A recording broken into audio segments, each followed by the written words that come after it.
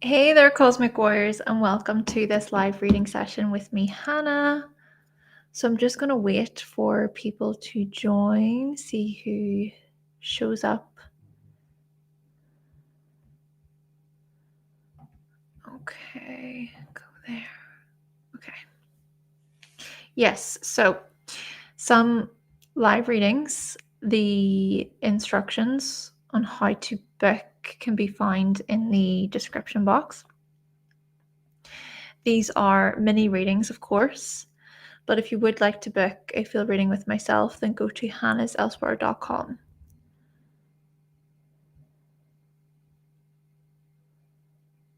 Um, go there. Okay.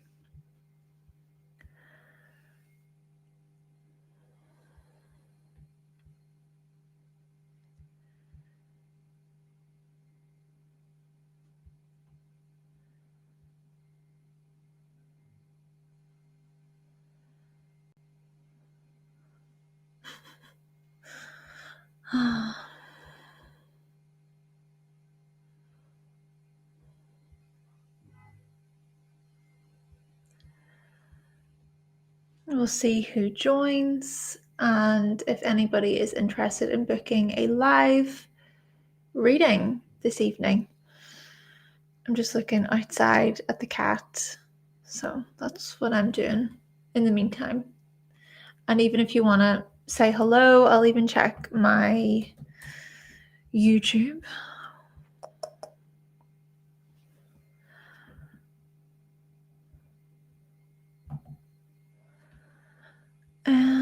Go here. Yeah.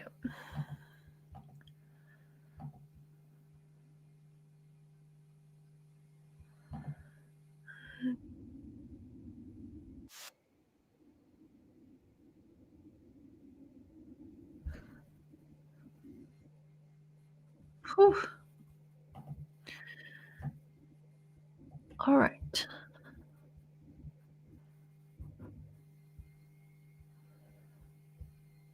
Yeah. I think we're fine. I think we're all connected.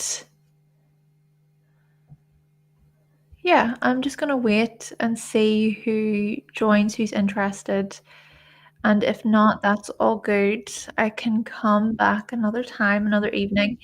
I think next we're going to focus on the full moon in Aries readings because we have a full moon in Aries happening on the 6th or the 7th of September, depending on where you are in the world. Yes. To the end of September already.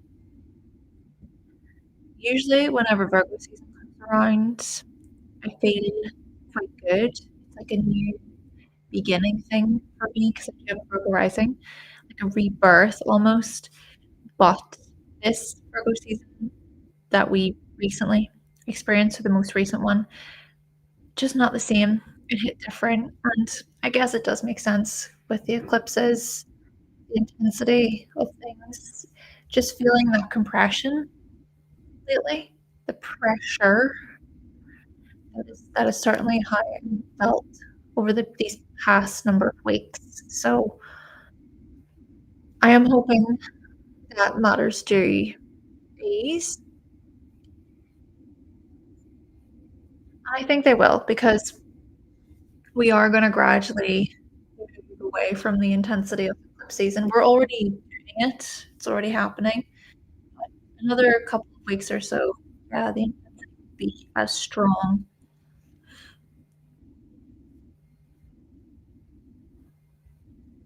And there are some new chapters happening in my life coming up. New chapters, which is a good thing. Good new chapters for me.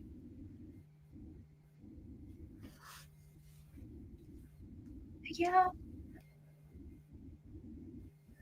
yeah.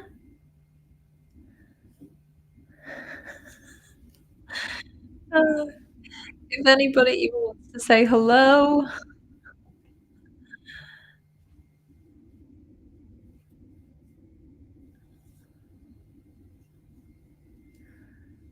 I'll give it even a couple more minutes or maybe even 5 minutes, and if nobody's joined the chat or anything like that, I'll just leave it for this evening. It's all good, you know? It's all good. I have been going live quite a bit recently, in all fairness. This past year, I've went live quite a bit, especially the past, I would say, 4 months, 5 months. Hello, another somebody. Welcome. Hi, hi, hi. I think I do. I recognize your name. I think you've joined before. You've spoken in the chat before, but I hope you're doing good. You're having a good weekend. How have you been finding coming out of eclipse season?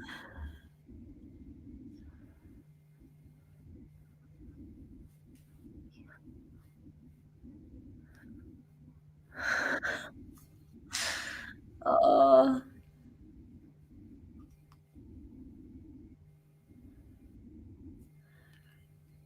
you'll try and get a rating, no problem. Okay, cool, cool. See if we can get you booked in for this session. And then let me know if you have a question, anything like that.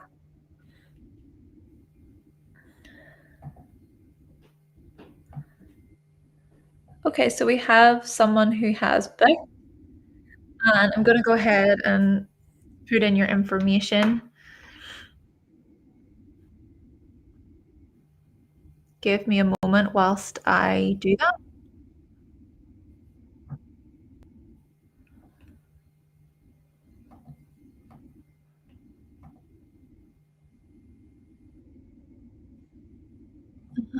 It must be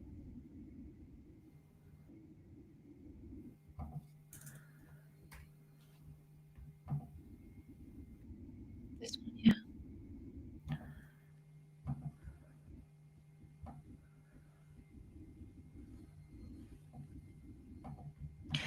I'm sure she'll be back.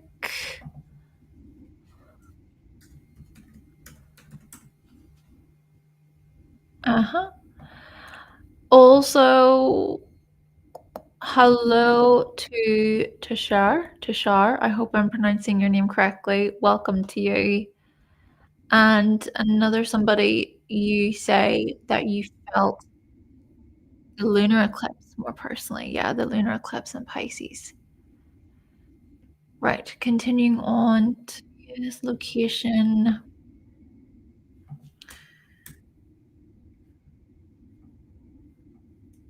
This one. I think we're good to go.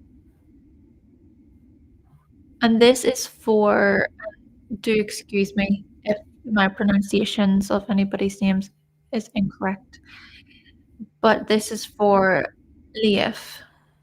Leif? I hope so. Thank you for booking. I'm double checking everything. Oh, okay, that's that number. Do I need my glasses? Really? Am I getting to that point in my life where I need my glasses for everything? Ugh. I am doing eye test, to be fair. To be fair. Okay, let's see.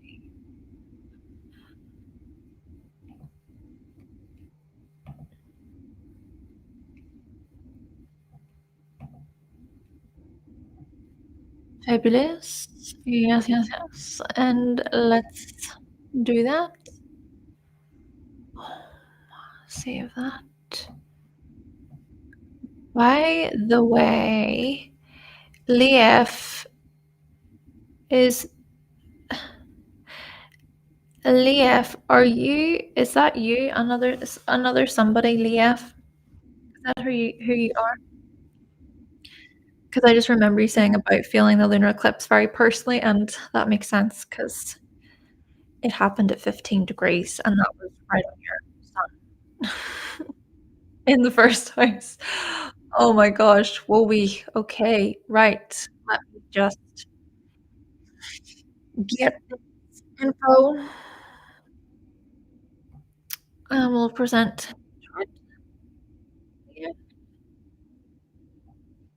Um, mm, mm. We have someone else who's booked in for after. Brilliant. Thank you so much for booking. And that is for Elizabeth for after, no problem. Let's check the chat a second. Tishar, how you book is down below. And to oh, right, okay. Right, another somebody is Elizabeth. Okay. No problem, okay. Alright, no problem. Interesting. Connections, okay. Well, you're gonna be after then, Leah. Thank you for booking, Elizabeth. Thank you for your patience. And then DP, to answer you, how to do it is down below. So there is the link, and then you basically submit payment for a live mini reading with myself, and I will need your date of birth, your time of birth, and your place of birth. Okay.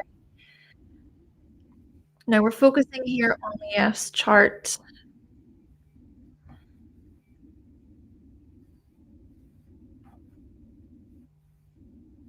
Lovely. So let me read your question.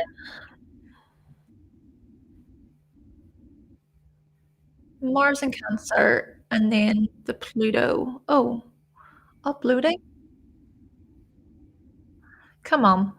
Have you uploaded yet? Should we try this again? Come on now.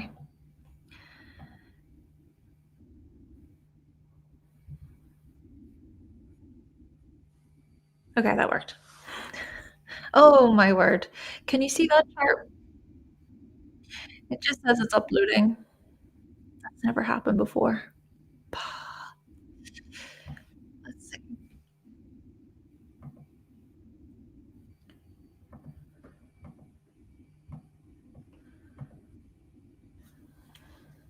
Come on now.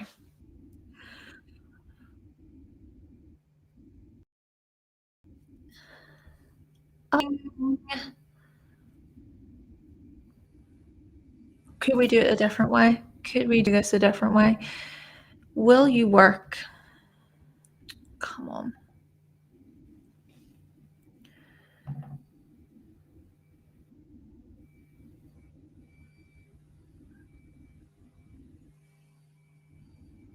Did that work? I think that worked. Okay. All right. Thank you for your patience, Leah. Everyone else, let me basically settle in and explore the chart, and we'll go from there. Okay. And again, just to let you know that these are live mini readings. If you would like to book a full reading with myself, you can go to my website, hannahselsewhere.com. Quick note as well that I want to add is that the prices that you see, the rates that you see on my website, they are there until the 1st of October. And from the 1st of October onwards, I'm going to be raising my prices from about, it depends on the reading. So anywhere between £10 to £25, something like that, 15, 25, something like that. Yeah, but they are that price until the 1st of October. Okay. So let's see. Mars in Cancer here, and there is this square to Pluto for you, Leah. All right. Just double checking everything is good to go. We're good, we're good, we're good. So what we see here is an interesting relationship between the 5th house of romantic partnerships, lovers, dating, sexual expression, versus the 8th house of intimacy, vulnerability, depth, combining with another person. This could be resources, this could be money, and this can also be tied to greater commitment, greater devotion. So with this, it's not picking up on the mic. Is my mic not working very well? Is it gonna be one of those days? Are you testing me? I'm sorry. Yeah, I'm pausing because of a mic situation. Is it still the case right now?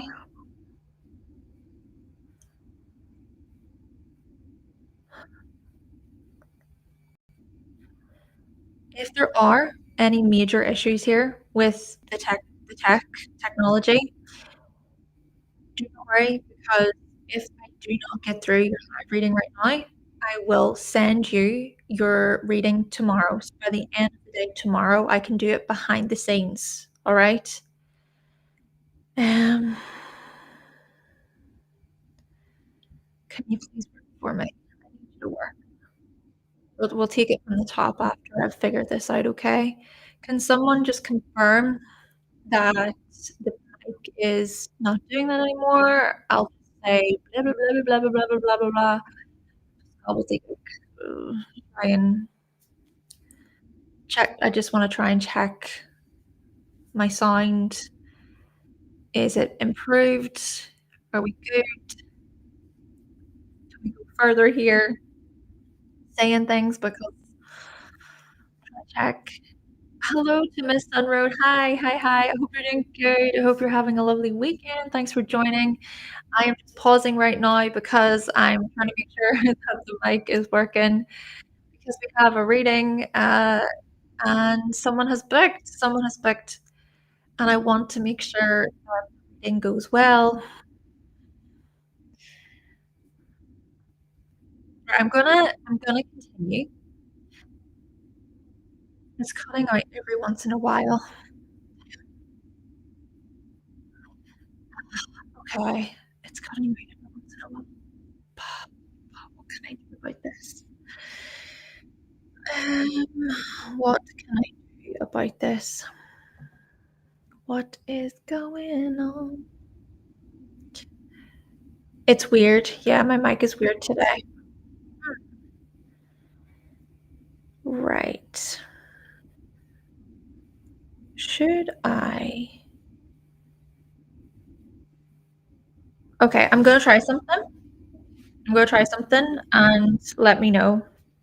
Okay.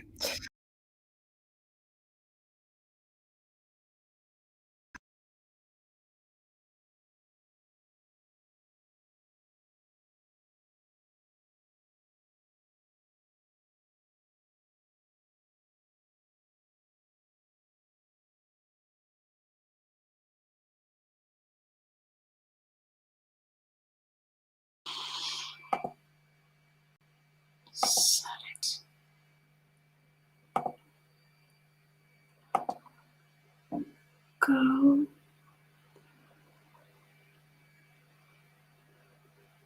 ahead.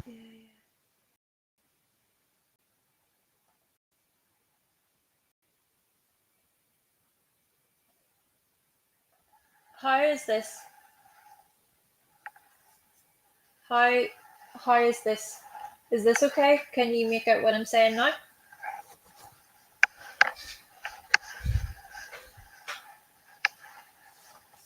And the mic is pretty old, honestly. But yeah, is this maybe better? Can you make out what I'm saying? I'm sorry about this, everyone.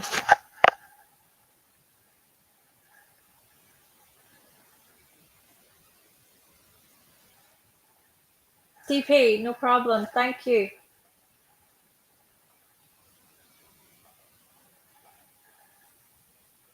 It's much better. Okay. All right. No problem. All better. Thank you. I'll have to obviously look into that mic or whatever. So we're gonna continue on. We'll take it from the top, and this to confirm is for Lief. So Lief, you want to know about this Mars and Cancer influence and its connection to Pluto. And what I'm trying to say here is that we see this square aspect between the fifth house and the eighth house. So the fifth house is so much about our romantic relationships. It's about sexual expression and dating, lovers. And then the eighth house is more about intimacy. It's more about developing, establishing deeper bonds and looking at vulnerability, right?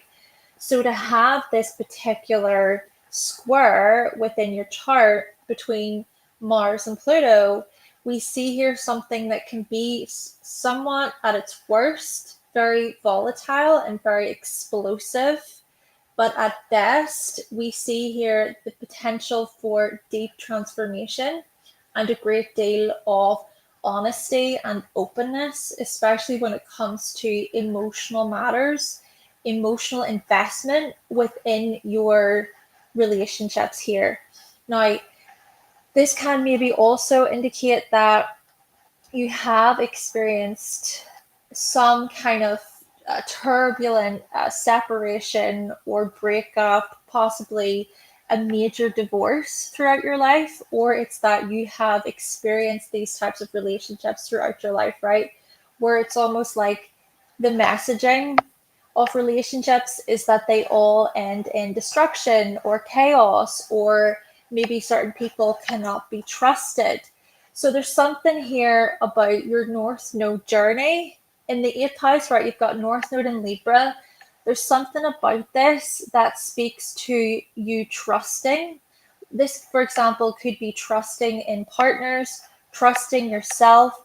This could also be a case of you overcoming fears. I mean, really serious, heavy fears about connection and vulnerability. And this also speaks to your vulnerability.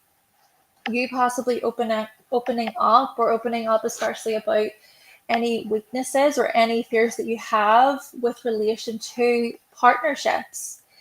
And then with Mars and Cancer, the Mars and Cancer part of you may become defensive, or you might withdraw. So whenever you feel like you're being slighted or attacked, there's a part of you that maybe needs to withdraw from the situation. Or there could also be themes here of passive aggressiveness, honestly. Could also be themes of avoiding conflict. So conflict resolution here is really hard, I think, for you, because it's a question of how likely are you to address a conflict. And if you're not addressing conflict, then nothing's going to get resolved. I think there could also be fears of conflict, honestly, that happen for you. And maybe a part of that is somehow tied to the past, because that's the thing about Cancer. Cancer is the archetype of the past. It's the archetype of memory and family and our upbringing. So I wonder about what was shaped within your life, what was mirrored back at you from your caregivers about that ability to open up and discuss and relate. So these are the kinds of themes that we see here. And at the same time, this is also where we see, by you overcoming these particular challenges, by you putting effort into these things, there can be what seems like a renewal. There could be great transformation. There could be great depth that actually is established, hopefully for the long term, even within your relationships. Now, there is more to this. So if you give me a moment, I'm looking at transits right now. There's more to this because currently transit Jupiter is on your natal Mars. So Jupiter, if you can imagine, Jupiter expands everything. Whatever Jupiter touches, it increases, it expands it. And this naturally can show up as the expansion of, maybe it could be anger, it could be expansion of the avoidance stuff that we previously mentioned, or the whole thing to do with sidestepping an argument or sidestepping a disagreement. But if you also notice that at the same time, Jupiter is making a square to Pluto, and Mercury right now is in Libra and it's on your natal Pluto. What I'm getting from this here for you, Lief, is that you may be in the middle of some kind of, it could be a potential conflict or disagreement with a spouse, a partner, with a close relative, a close friend, and you're having to address a certain hidden matter, a hidden truth. That could be another thing, honestly, with the Pluto stuff in the 8th house. It could be like things to do with secrecy and privacy.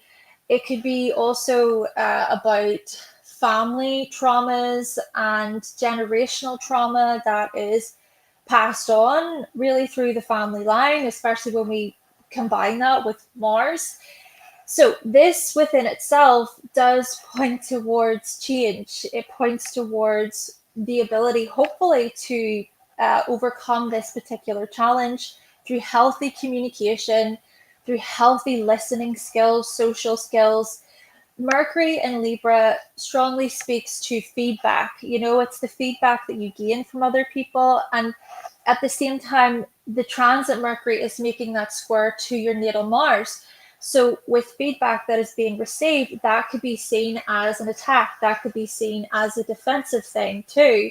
So then I do wonder about your own defensiveness when it comes to romantic relationships or lovers. But equally, I think about other people's and where you are with that. Of course, we have to think about this within your own life and the context of what's happening right now. But I am thinking, because these transits are activating this square for you, it's so evident in your life. It's showing up in your life, this stuff. But there's more to this, and I'm gonna add a couple more things. Okay, so I do apologize. I hope I'm not sounding weird, because it's all weird for me without the mic. But anyway, I'm also going to share that the North Node right now is it's pretty much traveling through the first house for you. You've got a stellium in Pisces in the first house. There was the lunar eclipse that just happened in Pisces, activating your sun and being very close then to the ascendant. So what does this suggest? There's something here that's screaming you having to put yourself first, or having to make yourself a priority. Or there could be something here about letting go of an older, outdated version of yourself that could be holding you back from being healthy, from being physically fit and well. Maybe what's coming through here are things to do with health and wellness, and maybe your own sort of limitations within these types of areas. I wonder furthermore about the past, I would say 3 years or so, because Saturn has been traveling through this first house area, and the types of boundaries that you've had to put in place or that you've had to reinforce, and the ways in which you've had to be responsible for yourself, for your actions, holding yourself accountable for your actions, thinking also about your longevity and your overall sort of future, right? Your future to do with wellness and, well, yourself, your body, because the first house is so much about the body. And then equally, because this is Pisces, I'm curious about your own spiritual insights and your spiritual lessons to do with, could possibly be a new life path, a new life chapter, significant new beginnings. The North Node also being a part of this does highlight, for example, you moving away from a particular relationship situation that is only critical and it's nitpicky and it's super fault finding and in a detrimental way, and then to move towards more of this sort of calm, tranquil setting where you're not constantly having to cater to everybody or sacrifice yourself in an unhealthy way either.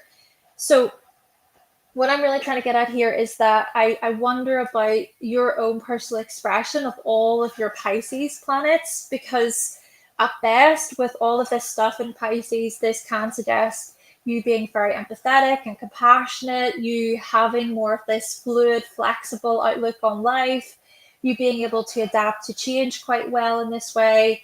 There's the emotional fluctuations that can often happen for you, especially when we combine that with Mars and Cancer. But at worst, this can be, for example, other people taking advantage, or you feeling like other people are just projecting onto you. And so these are the types of things that may be coming up for you quite strongly as of lately. So lately, currently, and even over the next, I would say, number of years too, because eclipses will continue in the first and seventh houses for you. Okay, so that was a mini reading. That was the mini reading done. I hope I'm not shouting too much either, because I have my headphones on, and because I don't have the mic in, if it kind of, you know what it feels like. Have you ever sang with your headphones on? and then you think you sound really good, and then you take them off, and then you sound awful. That's how it sounds. So, okay. Leah, thank you so much for booking. And now we're going to move on to Elizabeth. Elizabeth, thank you for booking. Thank you for your patience. Let me just come out of this. I think we're good. I'm going to try the mic again. I might try it again to see, but I'm going to load the next one, the next chart.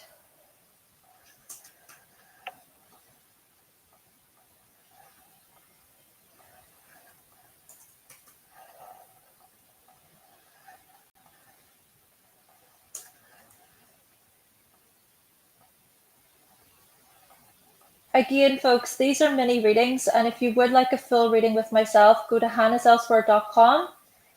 And also, I want to say that my prices will be going up from the 1st of October. So I do suggest booking now if you would like to gain access, to the current prices before I put them up.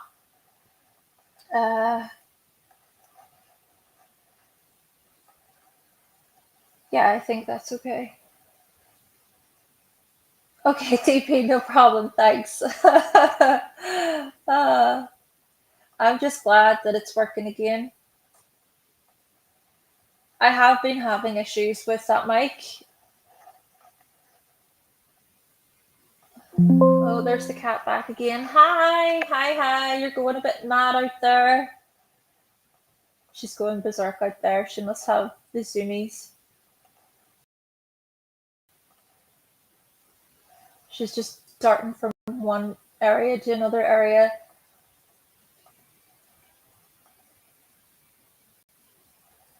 Okay. Elizabeth, let's see.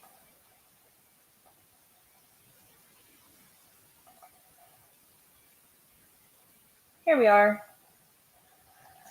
Let me read your question.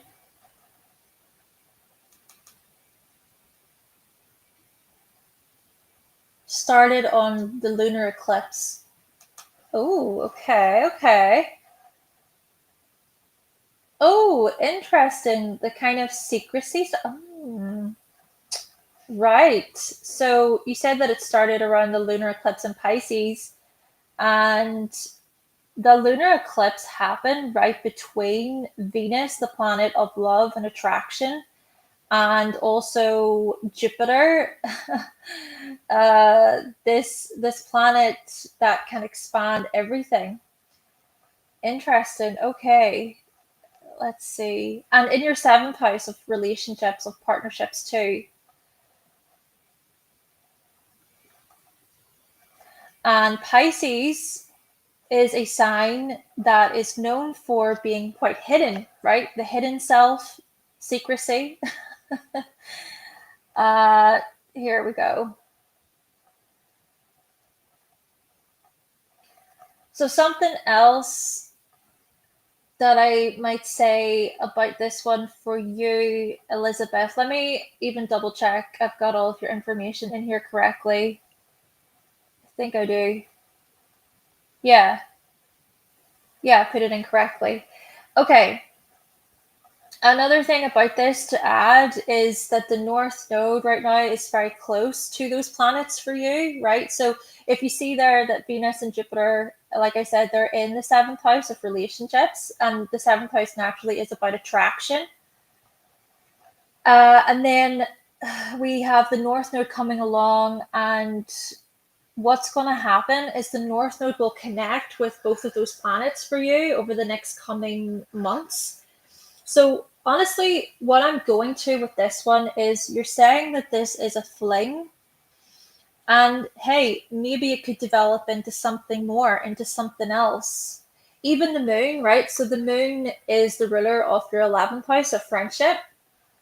And what was that? It was the lunar eclipse. So it was the moon, the eclipse, activating this 7th house area for you.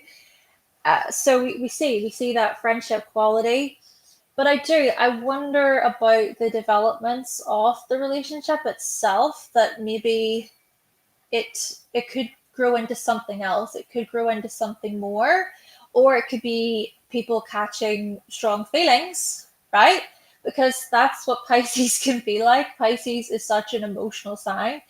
Something I would say even is to use some caution, I guess. And what I mean by this is you already have Venus in Pisces here, Elizabeth.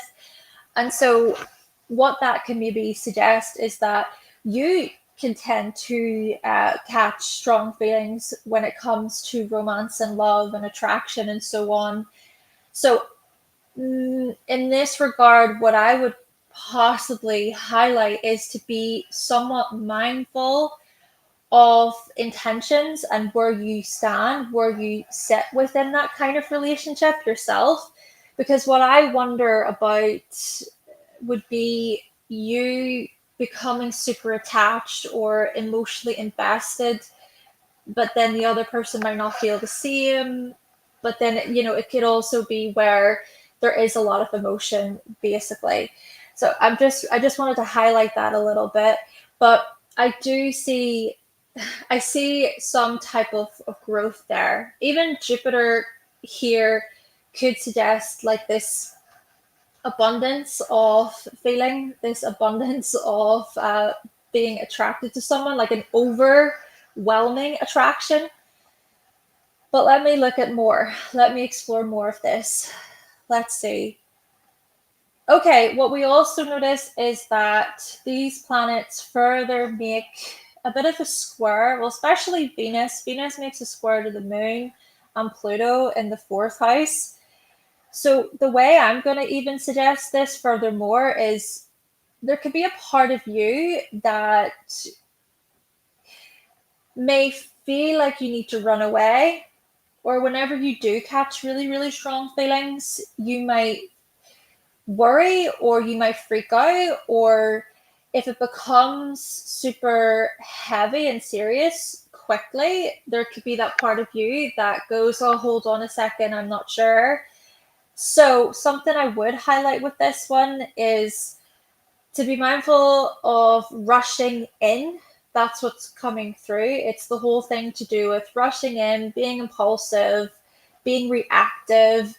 With that being said, you do have Mars in Taurus in your chart, and so that does suggest this slow and steady influence, more of this patience. However, with that being said, one, I would say you do have a lot of Aries, and this can maybe outweigh your patience because Aries is more dominant within your chart, and Aries is in the 8th house of intimacy and deeper connection. So with all of that Aries in the 8th, there could be qualities of rushing into a deeper connection pretty early on.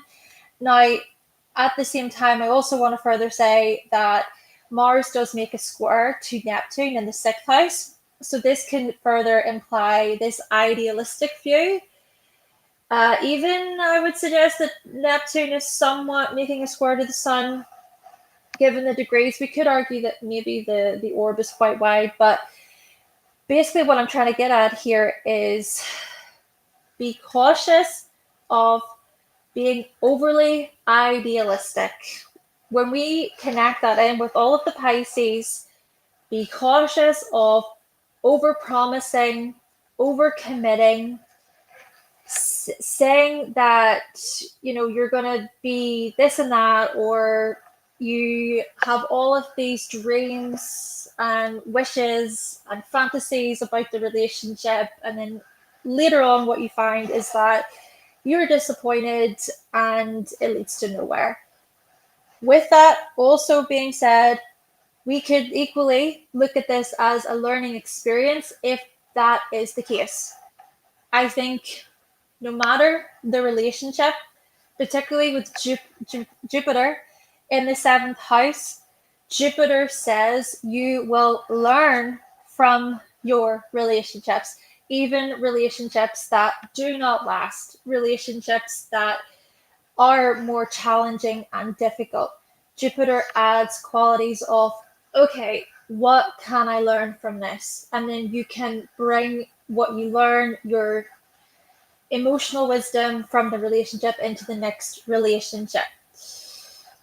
Let's also see here. Now, at the same time, I want to further say that the South Node is in Pisces too for you, and it's there pretty much conjunct Venus. So what will happen whenever the North Node in Pisces does join with the South Node in Pisces over the next number of months or so is that you might actually let go of an outdated version of how you show up within a partnership.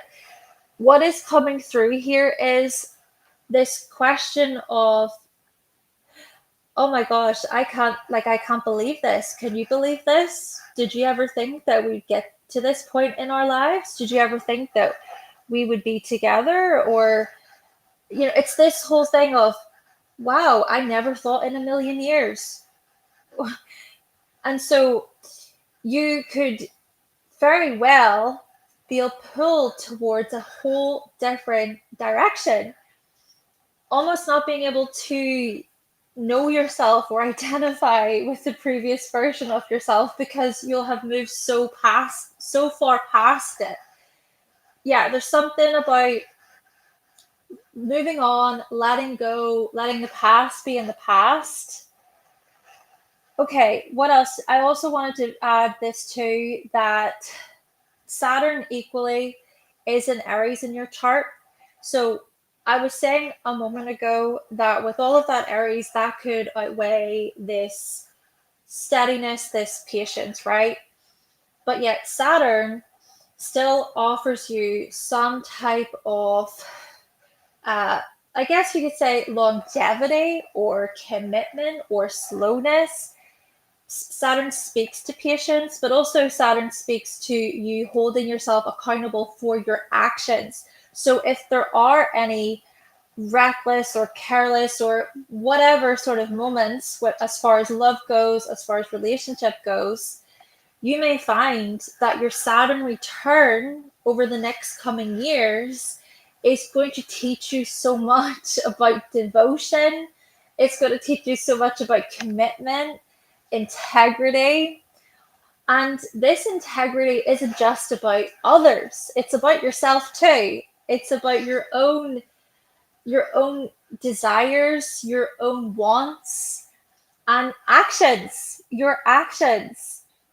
Plus, Mercury retrograde is in Aries. So the Mercury retrograde in Aries could speak to how actually you can be so introspective about your feelings, your raw emotions, about vulnerability. Oh, what's coming up for me here is how likely are you to be vulnerable? Maybe that's a part of the whole running away stuff, right? We said earlier with Moon and Pluto and Sag and the squares to Pisces, this part of you that might become fearful, or you could catch strong feelings, and then there's that other part of you that goes, oh, I actually don't know. So perhaps the Saturn return over the next coming years, and even as Saturn travels through your 8th house over the next coming years, oh my word, we're looking at major maturity about expressing how you feel, and to be sensitive to a large extent here too. That Pluto Moon stuff in the 4th house, that to me anyway, on first look, of course, I don't know the context of your life or anything like that, but that to me suggests that there's something quite heavy here. There's something here about the home, family, turbulent sort of lifestyle or upbringing. Maybe loss was a part of it, grief was a part of it, separation was a part of it. Having to sort of free yourself from a past situation. And then the way I'm going to finish off here, because it is a mini reading, I hope I'm still okay with, yeah, that's okay. The way I'm going to finish this here, Elizabeth, is by saying that hold on a second. Oh, I was sorry, my brain, because I was checking something and then it was just my brain's going off in all these different directions. Hold on. I was going to finish off on a point.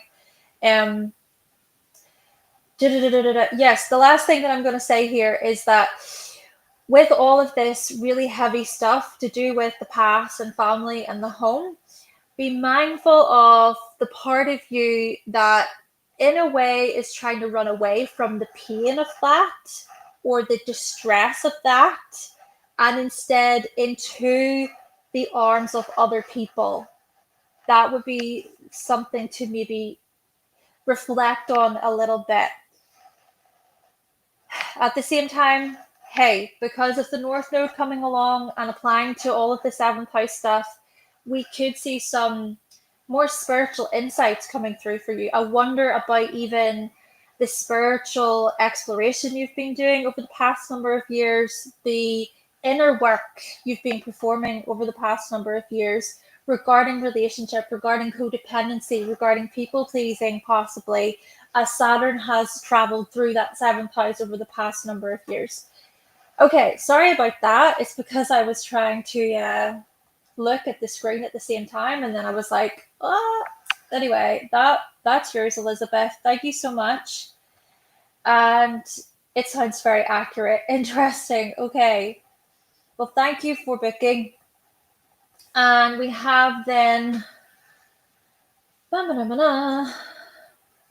Denora, thank you so much for booking, Denora. Let's have a look.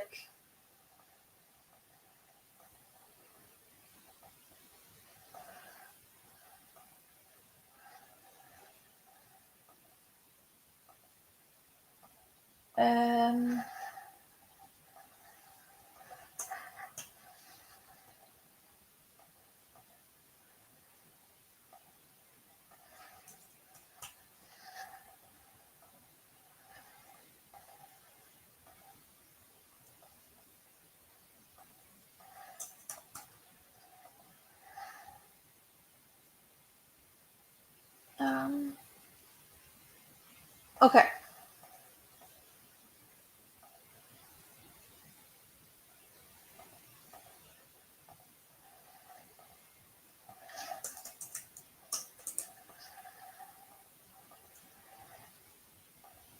That's correct. That's correct. And that's correct. Okay, great. Denora, thank you for booking. Do you have a question or an area you would like me to focus on at all?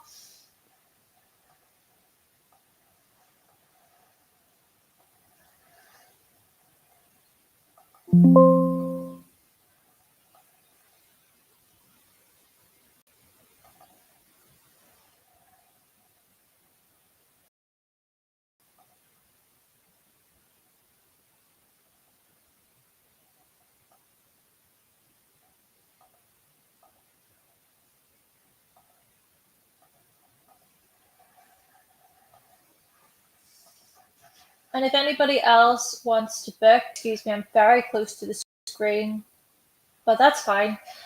I removed my mic for anybody else who's joining. Yeah, we have yours all ready to go, Denora. I'm just waiting to see your transitions. Look at that. Okay, no problem. Career transitions. Interesting. Right, so what we see here, interestingly, is that the North Node is currently traveling through your 10th house of career and purpose. So the North Node is gonna apply, well, it's gonna connect with your midheaven, the midheaven point, over the next coming months or so. So we could see some interesting transitions and developments for you, but there's more to this, so give me a moment. See, the North Node is about where we're headed. It's tied to destiny. And with it really highlighting this midheaven point and joining up with the midheaven, this could look like a new opportunity, okay? So let's see. But what I get from this too is that over the past, I would say, 3 years or so, few years, is you've been laying the groundwork as Saturn has been traveling through the 10th house. I see this as you considering your career options, or maybe this also suggests some types of restrictions or delays or setbacks that have occurred over the past number of years. It could also be a case of redefining what success means to you, what it means to be successful, or what is your vision even, what is your vision for your future, and what is the vision for your career and those opportunities. Neptune, furthermore, has also been a part of your story over the past 14 years or so, as Neptune has traveled through your 10th house. So what this can indicate is you've maybe been able to be flexible or to address, all right, well, what feels right? What do you feel more spiritually aligned with? There could be some spiritual concepts coming into this, or it could be a case of you needing some time alone to reflect and to truly do some introspection. So to reflect on, okay, well, what does the future hold, or what is it that I truly want here? So what's going to happen here? What is going to happen here, Denora, is Neptune is going to re-enter Pisces over the next bit of time. Let me check, actually. I'll check the exact date so I can give that to you. I'm pretty sure it's October time. Do excuse me. Yeah, by around the end of October, Neptune will be back in Pisces. So basically, we've got October, November, December coming into January time.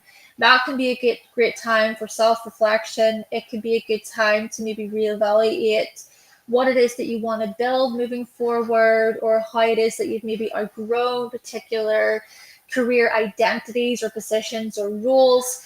I do think about, for instance, these positions and roles being strongly tied to helping other people, being of service, maybe working possibly within the medical industry as a possibility there.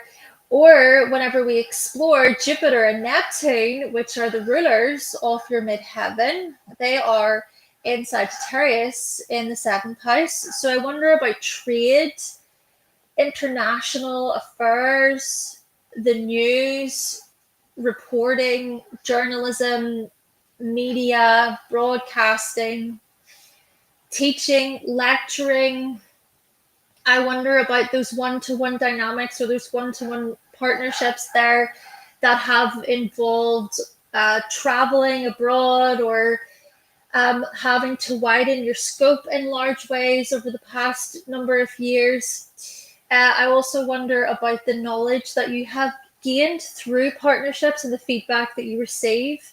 I also am curious about contracts and agreements that you have established, but contracts and agreements also that have came to a close, honestly, too, especially if we think about how Saturn and Neptune will be at the end of Pisces. So yeah, I do. I think about certain professions or positions that you have had to move away from, maybe for your own peace of mind. That could be a possibility here, for your own peace of mind, for your own well-being, particularly because what's also included in this is a bit of the Saturn influence in the 1st house, and Saturn's in Gemini, and there is a bit of a square between the midheaven and Saturn. So then what I get curious about here is your own responsibility to your health, to your body and your well-being, your mental wellness, especially your mental capacity. I even go to the mental load, like the mental load of certain career paths or certain career opportunities or positions that you just you think to yourself, no, I cannot physically do this anymore. And what's further highlighted here is the fact that Uranus has dipped its toe into your 1st house over the past number of weeks. And what will happen is Uranus will move back into Taurus around November time. And then by about Taurus season next year, Uranus will go back into Gemini. So why am I saying this? Because this indicates some liberation or some major turning point in your life. A major turning point to do with your identity, new beginnings. Maybe this speaks to mentorships or teaching. It speaks to you maybe juggling a few different roles or positions at once. You even learning a whole new skill, getting excited about a new project. But there's change, right? Because Uranus brings change, and that change can be very disruptive. It can be quite jarring as well. Even Uranus will connect with Saturn over the next coming years for you. So if we think about Saturn acting as this sort of holding force, this structure, this foundation in the chart, Uranus comes along and shakes it, could turn it on its head. So what comes to mind here is something that has been long lasting or something that you have established, maybe related to education, related to your intellect, related to communication. So something that has been established over a long period of time, and then Uranus is going to come and surprise you, right? Uranus says expect the unexpected. And this could be quite exciting, honestly, if we consider how at the same time Uranus will make trines to all of your like fifth house stuff and Libra, and with so much in the fifth house, this speaks to your creative passions, your interests, your hobbies, how in maybe many ways you tend to march to the beat of your own drum when it comes to your interests and your passions. And you also might involve other people in these things. You like to partner up, you like to collaborate with others, you like to gain feedback and perspectives from others about maybe their interests and their hobbies, their passions. So Uranus coming along and making those trines to the fifth house, that could be really interesting when we consider creativity in your life, self-expression, or maybe some love situation could change. Or it's that there's a lot going on within the life of your children, the lives of your children, if you do have children. Or it could be a case of you taking on a whole new unconventional path to do with desire and pleasure and love and joy and creating beauty within those spaces. And furthermore, I have to say this, that what will also happen at the same time is Uranus will eventually connect as a trine to the North Node and Mars too in the ninth house. So what I'm getting from this is over the next number of years, I would say maybe like 3, 4, 5, something like that, years or so, what will occur is maybe a whole new adventure, a whole new study, a whole new training program. It could also be a whole new worldview or shake-ups and breakthroughs to do with these things. And heck, this is going to be ushered in before then, honestly, because another thing is the eclipses are going to happen in Aquarius and Leo from 2026 onwards. So I have to say that too. Yeah, so earlier than I just mentioned previously, yeah, we have here the North Node will move into Aquarius from about the summer of 2026.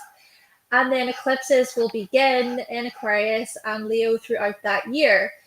So what can that suggest? There could be these pivotal sort of moments or these turning points in your life to do with higher education, to do with further study, to do with travel, maybe traveling abroad, or maybe some sort of legal issue changes, or there could be some exciting new opportunities to do with your drive or your goals, because Mars, right? Mars is in Aquarius. And Mars also rules your 11th house of friendships and communities. Mars rules your 6th house of work and service. So then I wonder about you working closely with community members, group members, young people. I wonder about you maybe facilitating something for these people, or holding space in a way where there is transformation, there is growth. I also wonder about the health areas here, because you do have Venus in Scorpio. So furthermore, what comes through is the whole stuff to do with alchemy and the occult and the paranormal and magic. What comes through here is you helping other people, but you do that in such an emotionally profound way, where you're creating depth and you're able to pull back the layers with relation to other people's, maybe their traumas or their fears or their vulnerabilities. And within that, there could also be some interesting transformations to do with your own health. And that can maybe speak to this whole new chapter, such as a whole new regime, a new routine, a new schedule. And again, such schedules could also include the group, people within the group, communities, team players, team members. And DP, yeah, okay, so yeah, you have 3 adult children. Interesting. Yeah, we could see some interesting developments then happen in there. And you say you've got 3 children and all of the fifth house stuff. Yeah, that's interesting to see, definitely. If there's anything else, sorry, I'm trying to think if there's anything else that I want to share. Bum. I suppose one of the last things that I'm going to say is you have experienced your Chiron return over the past couple of years, and you do have Chiron in Aries in the 11th house, and it's opposing this sort of Libra stuff in the 5th. Let me put it this way.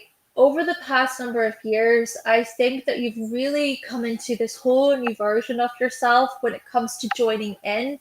Because what we see with Chiron in the 11th is some type of, it could be a trauma or a rejection or a past hurt or a wound to do with the grip. Being pushed out, your identity not being validated, your identity not being heard. And so I think the Chiron return has felt like this really eye-opening experience where you've maybe been reborn. There's been something quite revolutionary that's happened. You have maybe grown in your confidence and your self-assertion. Maybe you have, well, I don't mean to be rude, but you have less F's to give with Aries, right? Where maybe you don't feel as apologetic, or you don't feel like you have to over explain yourself as much, or like a lot of the people pleasing stuff that maybe you would have struggled with in the past. A lot of that's starting, I think it started to dissolve in your life. And through that experience, you've been able to find more like-minded people. And then that's also where it's those like-minded people with those maybe common interests that they're going to be a part of this new story, this new chapter for you when we explore the eclipses happening in Aquarius and in Leo from 2026 onwards. Final thing, though, I'm going to say is, yeah, the stuff that I said about moving away from the whole people-pleasing stuff, that makes sense, because what happened there before the North Node entered Pisces. So the North Node entered Pisces January of 2025. And before that, so that was from about July 2023. Yeah, 23. Yeah, July 2023 until January 2025. The North Node was in Aries and the South Node was in Libra. So that Libra influence was sort of highlighting what you were trying to move away from. You were trying to ease away from the people pleasing and the unhealthy codependency and appeasing other people, and moving towards more of this awareness related to self-assertion and taking action, being a leader possibly within a team, within a group, within a friendship, seeing that your role within that friendship or group is just as valid as anybody else's. Okay, that was yours there, Denora. Thank you so much. It's starting to get a bit dark now. Thank you so much for booking. And we also have, let me see if I go here, here, here, Rhonda. Hello, Rhonda. Thank you so much for booking. Rhonda, thanks. Yes. You're Spanish. You're a Spanish interpreter. Interesting. Yes, because Sagittarius could speak to other languages, learning other languages. That's really interesting to have Jupiter there, the teaching, educating planet, and knowledge, the planet of knowledge. And so, are you thinking of maybe doing that on a one-to-one level? I suppose too. You'd probably do you do that? So, with being a Spanish interpreter, so you do it in court and conferences. So that involves partnerships. Oh, that's so interesting. Thank you so much for sharing that. Thank you for your kind feedback. Rhonda, sorry that I missed your comment there, but I've got you here, so I'm gonna put in your information. And yes, Miss Sunroad, it's it's busier. I feel like coming out of eclipse season, it's gonna be a bit more active. That makes sense to me, though. I mean, I suppose with Pisces, especially involved, it's good for healthy introspection and rest. Let's see. Uh,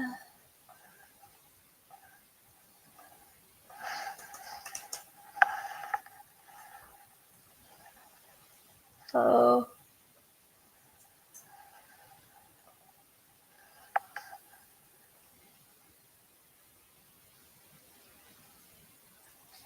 Also, Rhonda, is that AM or PM for your time? For your time of birth? Is that AM or PM?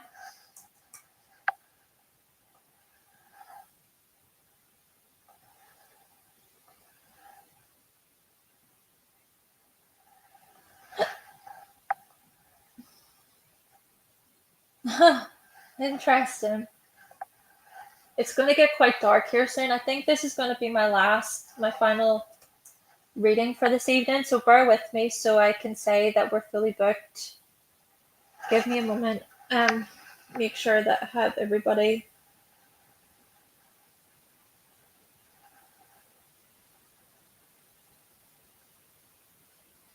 Okay.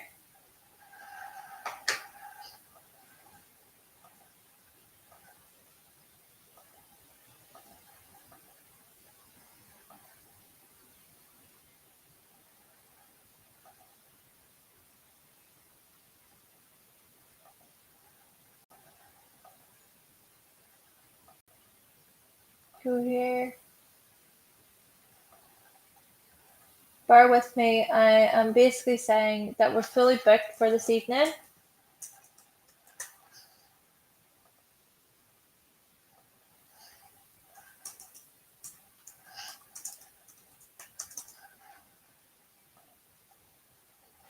Okay. I think it is AM. I think it's AM because of the way the numbers are in. Oh, it does say AM. Sorry, I missed that. My apologies. It said AM. I just didn't notice. Okay, brilliant. We've got ya.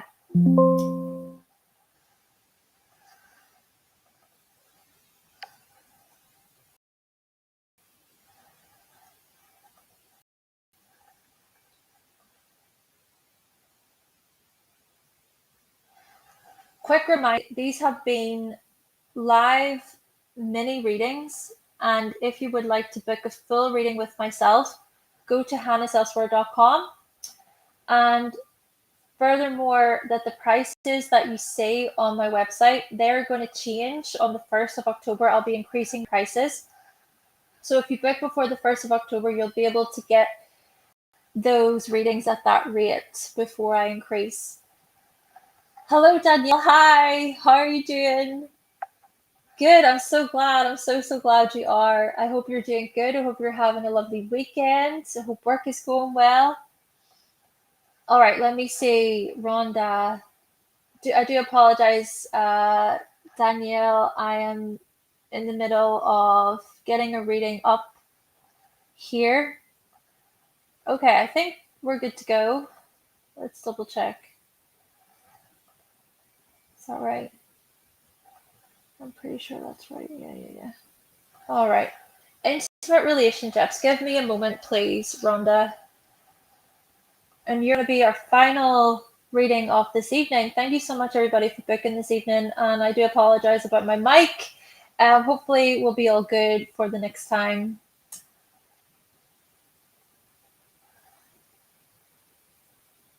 Oh, hold on a second.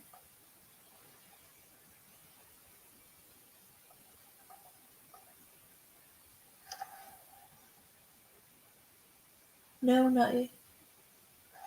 Hold on a second. Okay, but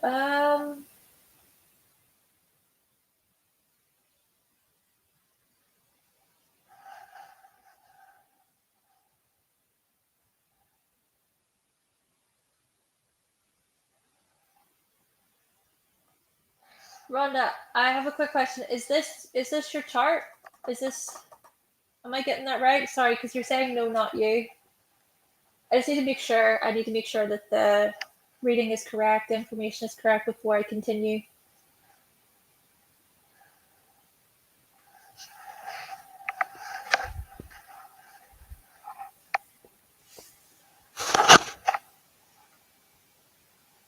I am, yeah.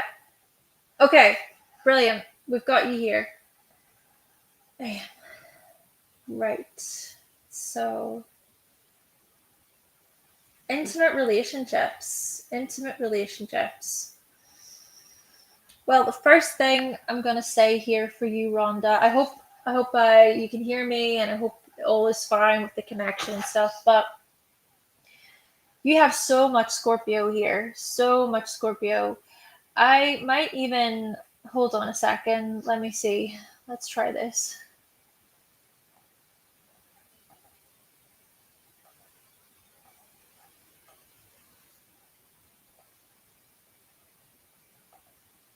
Okay. I also decided to look at your Placidus chart. Just something about it, just something called me to look at your Placidus chart. So we'll try and break this down. But if we're to focus primarily here on your whole sign chart, yeah, you have so much Scorpio energy. And what is Scorpio? Scorpio to me is it's how you transmute energy. It's how you regenerate. It's how you transform. So to change energy into something new, to look at the death process and the rebirth process. And this can manifest naturally through the body. And to me, it is really interesting to consider yoga, right? You know, you're saying about I'm guessing that you're a yoga instructor or a yoga teacher of some kind. And if you're not, I am still seeing here that you practice yoga, and maybe that is a part of your daily practice. That is a part of your your everyday or your regular. So that is interesting to see with all of the Scorpio, because what that essentially highlights is your ability to move energy through the body, to release it, right? To release energy, to release emotion, especially blocked emotions from the body. And then it's your capacity to hold space for other people's emotions, to act as that type of container or that facilitator for other people's emotions. And that naturally can be done through movement. So even if it's not yoga, there's just something here about your life path being tied to that your emotional power, your emotional resilience, your ability to even get up after a defeat, to get up after a past hurt, a past wound, something like that.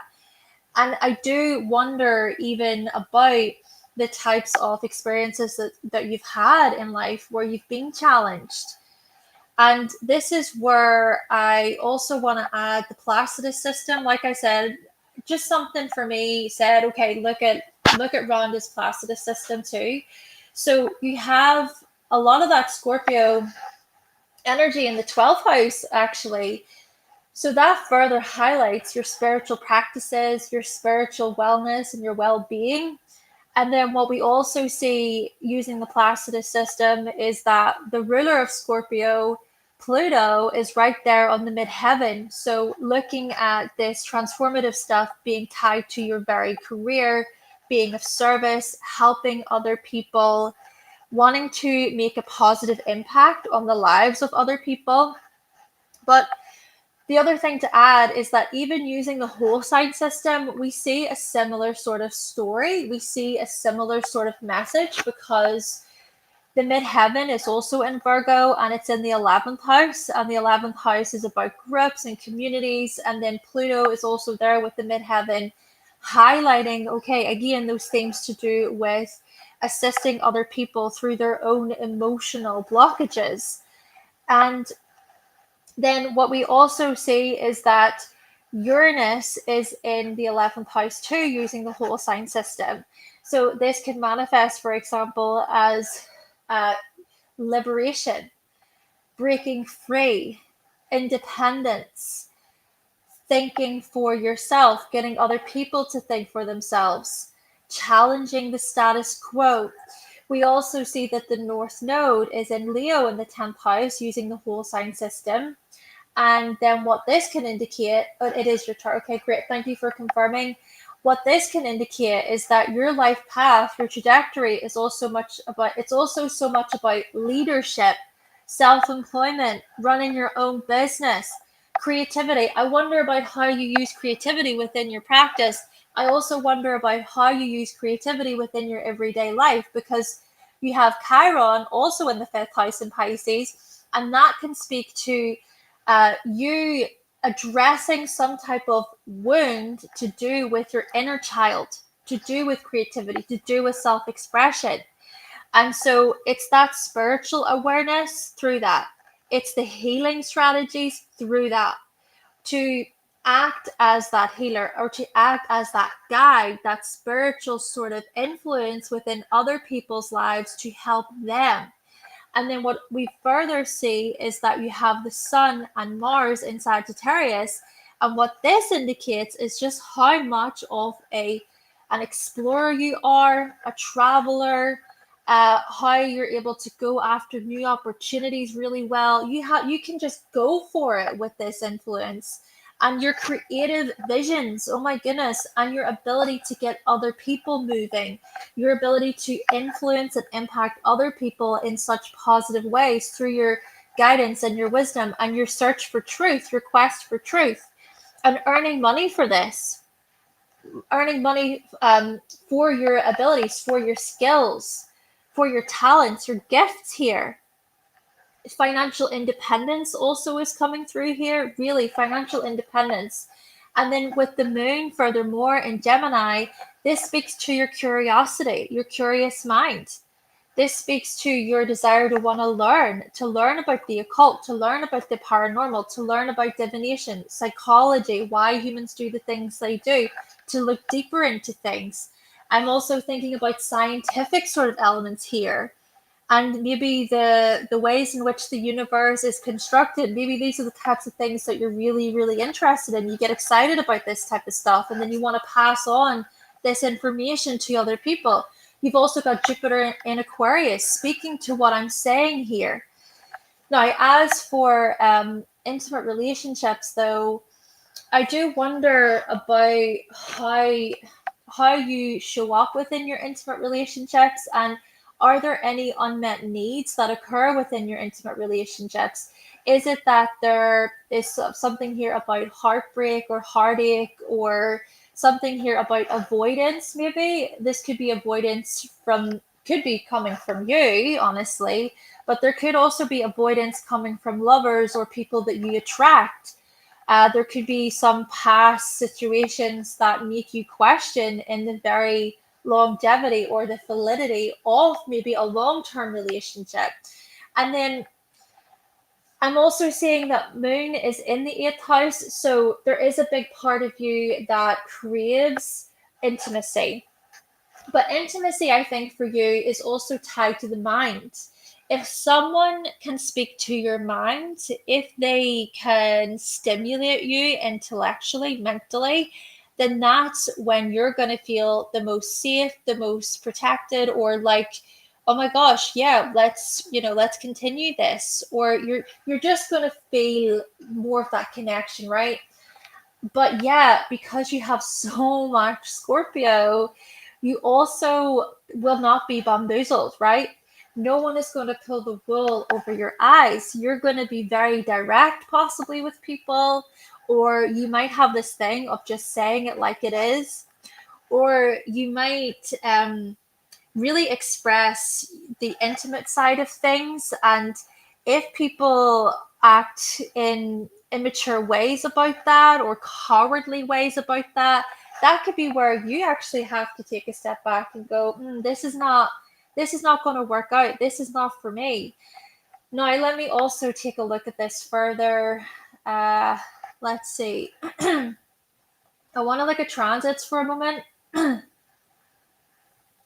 Transits. Jupiter, Cancer, Uranus, Gemini. Uh, okay, what I'm also going to further add to this is Pluto is going to connect more strongly with your natal Jupiter in the fourth house. The fourth house is so much about our core self, our core identity, our emotional identity. And you do have Jupiter in Aquarius speaking to your need for freedom and independence, but also speaking to your humanitarian qualities, your caring qualities, wanting to make the world a better place. So Pluto is going to come in and it's going to connect with Jupiter. And then at the same time, what's also going to happen over the next coming year or so, couple of years, is Uranus is also going to come into the eighth and connect with that Jupiter too. You've already gotten a glimpse of this, but I think it's still going to be coming up for you over the next couple of years, right? So Uranus can maybe highlight a breakthrough or a breakaway. It can highlight a type of liberation, maybe away from a certain mindset or an attitude or a behavior, or it could be about healthy forms of detachment or separation. What also comes to mind, okay, I'm going to say this. I wonder about the types of people that you do attract and how they might become overly attached or obsessed. That's what I'm getting a little bit here. And that could also be what speaks to the air, the element of air in the chart between the fourth and the eighth houses and these houses of emotion. So you may be coming to this point of view or this perspective of you desire an intimate relationship where there is space to breathe. There's room to breathe where both parties can be themselves, or whoever is involved in that relationship, they can be themselves, and it doesn't have to be this whole thing of feeling smothered or controlled or dominated, or like things are too idealistic and people are being put on pedestals, and then it only leads to disappointment. So this is what I see as possibilities here, as both of those planets move into those houses for you. Okay, I think I've explained enough. Of course, it was a mini reading. I'm just double checking. I am double checking here. Last thing, I'm going to say this one more thing because it's more current for you. Mars has recently entered Scorpio, and over the next number of weeks, Mars will connect with all of that first house stuff in Scorpio, one of which will be Venus, the planet of, well, it's the planet of love, it's the planet of relationships and attraction and beauty. So maybe with Mars, they're connecting with all of those planets. What could happen is there is some action, there is a driving factor, there is some type of change that happens because of your actions, because of your ability maybe to make certain cuts, to make certain choices that go, hey, no, can't do that anymore. Or it could be a case of you showing some type of leadership and honor and virtue where you're very honest and you're very truthful about feelings or about trust or the lack of trust, or you're honest about what you need within your relationships in order for you to feel safe, in order to feel secure within them.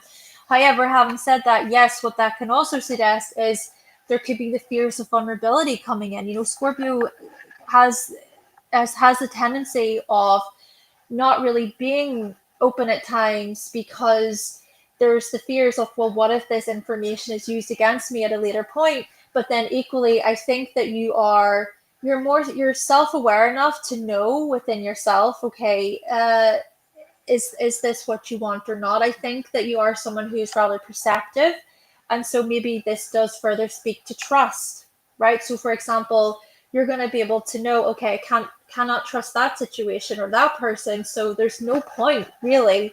So there's still something here about the nuance and about protection too. All right, I hope that that was okay for you, Rhonda. Thank you so much for booking.